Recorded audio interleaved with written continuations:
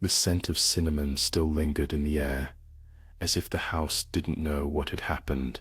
Nearby, the suburban homes were quiet, their yellow porch lights flickering in the dusk.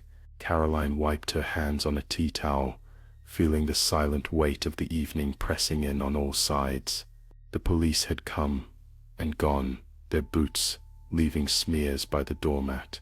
Their eyes had been suspicious, but Caroline knew how to cry, knew when to tremble, and when to clutch her son to her chest. People kept calling her brave. Her neighbors offered casseroles and unsolicited embraces in the days that followed. Caroline thought of the way her friends' hands had reached for her, desperately, before sinking to the floor. The book club had gathered on the first Thursday, the usual chatter and wine flowing as usual. No one noticed when she poured the poison. No one, except maybe Linda, who had always been the best at noticing. Caroline had spun an extraordinary tale, her eyes wide and voice quavering, about a stalker she'd never seen. Not really.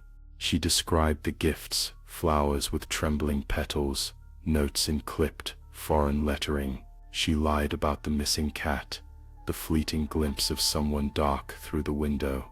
The police believed her, maybe because she was pretty, or perhaps because bad things never really happened in Morningside Grove. Not to people like her.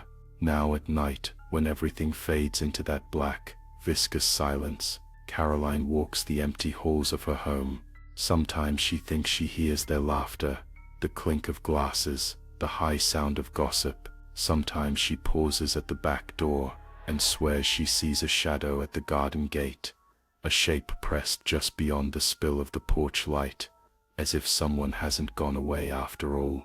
It started as a faint rhythmic tapping on the window one night, just after the casseroles stopped coming and the world began to move on. She thought it was a branch at first, scraping harmlessly in the wind, but then she remembered there were no trees near that window. The tapping returned, night after night, growing bolder, sharper.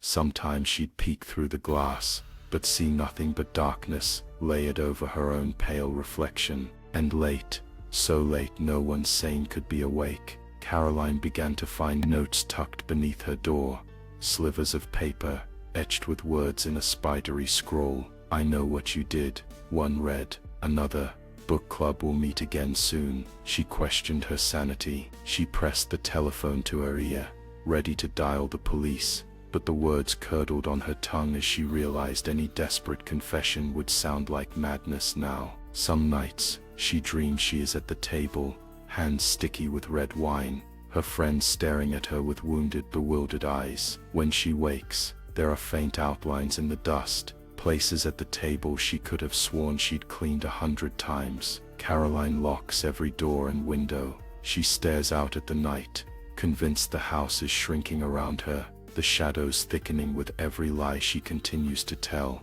It isn't the guilt that frightens her most. It's the thought that somewhere just beyond the darkness, something waits for her. Each night, the tapping is closer, and sometimes from the corner of her eye, she glimpses a familiar face smiling in the dark.